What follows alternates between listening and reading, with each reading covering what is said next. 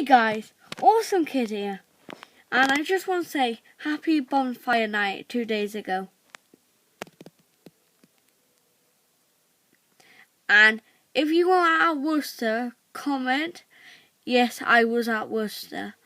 And then I was at Worcester as well, so let me know if you went out for bonfire. But don't comment if you didn't go out for bonfire or if you didn't go to Worcester. And I know it was 2 days ago. Oh, you're going to be like, oh, it's only 2 days ago. Why do you have to do this?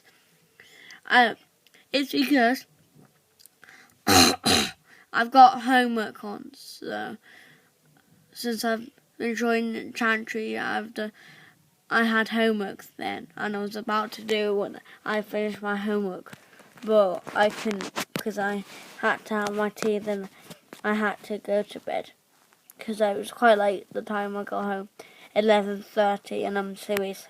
I am serious. I am. Peace out.